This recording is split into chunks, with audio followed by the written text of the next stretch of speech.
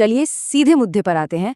अरावली की पहाड़ियां, जो उत्तर भारत की एक तरह से जीवन रेखा हैं, आज एक ऐसे संकट में है जिसके बारे में सुनकर शायद यकीन ना हो।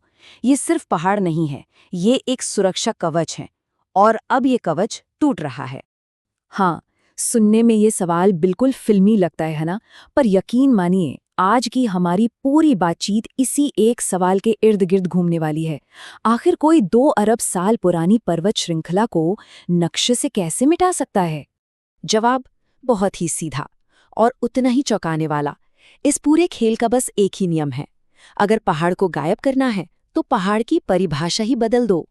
तो सवाल उठता है कि आखिर ये अरावली इतनी जरूरी क्यों है? मतलब क्यों इतना हंगामा मचा है? चलिए जरा गहराई से समझते हैं कि अरावली असल में उत्तर भारत के लिए क्या मायने रखती है। देखिए, इन्हें सिर्फ पत्थर और मिट्टी का ढेर समझने की गलती मत कीजिएगा। ये थार के रेगिस्तान को रोकने वाली एक 700 किलोमीटर लंबी दीवार है। ये दिल्ली एनसीआर के ग्रीन लंग्स हैं, जो हवा साफ करते हैं। ये जमीन के नीचे पानी को रिचार्ज करने का सबसे बड़ा जरिया है। और शायद सबसे बड़ी बात, ये धरती की सबसे पुरानी विरासतों में से एक है।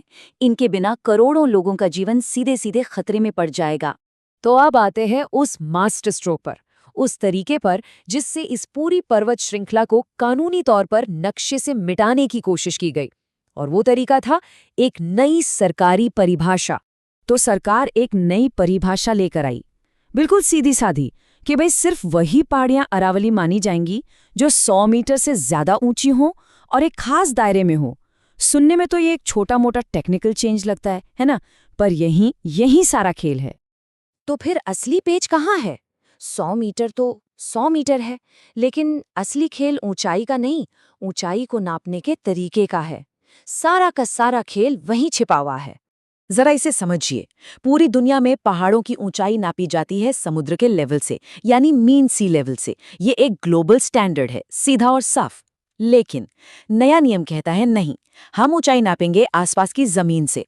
अब मजा देखिए, वो जमीन तो खुद ही समुद्र तल से कई मीटर ऊपर है। तो सोचिए, एक पहाड़ी जो असल में 190 मीटर ऊंची है, इस नए नियम के हिसाब से वो शायद 100 मीटर की भी न रह जाए। मतलब कागज पर वो पहाड़ी है ही नहीं। और इस एक छोटे से बदलाव का नतीजा क्या होगा? ये आंकड़ा देखिए, 90%। जी हाँ, एक अनुमान के मुताबिक अरावली का 90% हिस्सा, कानूनी तौर पर अरावली बचेगा ही नहीं। रातों रात 90% पहाड़ सिर्फ जमीन बन जाएंगे। तो जाहिर है, अब सबसे बड़ा सवाल यही उठता है कि आखिर ये सब हो क्यों रहा है, किसके फायदे के लिए?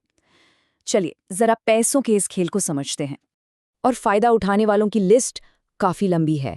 इसमें दिल्ली एनसीआर के बड़े बड़े रियल एस्टेट डेवलपर्स हैं, अवैध फार्म हाउस इकोनॉमी चलाने वाले लोग हैं, मतलब रिजॉर्ट्स, वेडिंग वेन्यूज। फिर आती है माइनिंग लॉबी, रेत संगमरमर से लेकर सोना तांबा सब कुछ। इन सब के लिए ये परिभाषा बदलना मतलब अरबों खरबों का खजाना हाथ लगना है। और ऐसा नहीं है कि ये सब सिर्फ कागज पर हो रहा है, ये तो सालों से चल रहा है। देखिए, कांत एन्क्लेव केस में सुप्रीम कोर्ट को कहना पड़ा कि अधिकारियों की मिलीभगत से जंगल की जमीन पर प्लॉट काट दिए गए। पतंजलि ग्रुप पर शेल कंपनियों के जरिए जमीन लेने के आरोप लगे। फरीदाबाद में एक ड्रोन सर्वे ने तो 6,793 अवैध कंस्ट्रक्शंस का पता लगाया। सोचिए, ये सब तब हो रहा था जब ये जमीन कानूनी तौर पर प्रोटेक्टेड थी। और ये सब होता कैसे है? एक रिपोर्ट इस पूरे खेल को एक लाइन में समझा देती है कि खनन माफिया के नौकरशाहों और राजनेताओं के साथ बहुत करीबी संबंध है। बस यही वो गठजोड़ है जो इस पूरी तबाही को मुमकिन बनाता है। लेकिन इस कागजी खेल और पैसों की दौड़ की असली कीमत कौन चुका रहा है? हम सब। और ये कोई भविष्य का खतरा नहीं है, ये एक ऐसी तबाही है जो हमारी आंखों के सामने अभी इसी वक्त हो रही है। ये आंकड़ा देखिए, 25%। 1968 से लेकर आज तक राजस्थान में अरावली का 1/4 हिस्सा अवैध खनन की वजह से गायब हो चुका है। मतलब वो पहाड़ अब हैं ही नहीं। और जब पहाड़ गायब होते हैं तो क्या होता है? इसका असर देखिए। पहाड़ों के बीच जो गैप बन गए हैं, उनसे थार का रेगिस्तान अब दिल्ली और हरियाणा की तरफ बढ़ रहा है। हरियाणा की 8% से ज्यादा जमीन पर मरुस्थलीकरण का खतरा है। बड़खल जैसी मशहूर झीलें पूरी तरह सूख गई हैं और जमीन के नीचे पानी 1000 से 2000 फीट नीचे चला गया है। और सिर्फ जमीन ही नहीं, मौसम भी बदल रहा है। ये चार्ट देखिए, 1973 में इस इलाके में मॉनसून 101 दिनों का होता था। 2009 तक आते आते ये सिर्फ 25 दिनों का रह गया। ये कोई इत्तेफाक नहीं है, ये अरावली के विनाश का सीधा नतीजा है। लेकिन जब सरकारें और सिस्टम फेल हो रहे थे, तब लोगों ने मोर्चा संभाला। कहानी में एक जबरदस्त मोड़ आया। ये लड़ाई अब अस्तित्व की लड़ाई बन गई। हुआ ये कि जैसे ही सुप्रीम कोर्ट ने इस नई परिभाषा को हरी झंडी दी, एक भूचाल आ गया। राजस्थान और हरियाणा में हजारों लोग सड़कों पर उतर आए। सोशल मीडिया पर #सेव अरावली आग की तरफ फैल गया। और इस आवामी दबाव का असर देखिए, सरकार को सफाई देनी पड़ी और आखिरकार सुप्रीम कोर्ट को अपने ही फैसले पर एक टेम्पररी रोक लगानी पड़ी। लेकिन यहाँ भी एक पेंच था। सरकार ने जिस नए बैन का ढिंढोरा पीटा, एक्टिविस्ट ने उसे एक छलावा बताया। क्यों?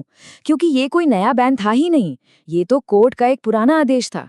जो असली मुद्दा था 100 मीटर वाली परिभाषा का, उसे तो हाथ भी नहीं लगाया गया था। तो अब अरावली का भविष्य एक नई हाई पावर्ड एक्सपर्ट कमेटी के हाथों में है। लोगों के विरोध ने एक लड़ाई तो जीती है, लेकिन जंग अभी बाकी है। और सबसे बड़ा सवाल आज भी वही है, क्या ये आखिरी कोशिश इन 2 अरब साल पुराने पहाड़ों को बचा पाएगी, या हम अपनी आंखों के सामने इतिहास को मिटते हुए देखेंगे?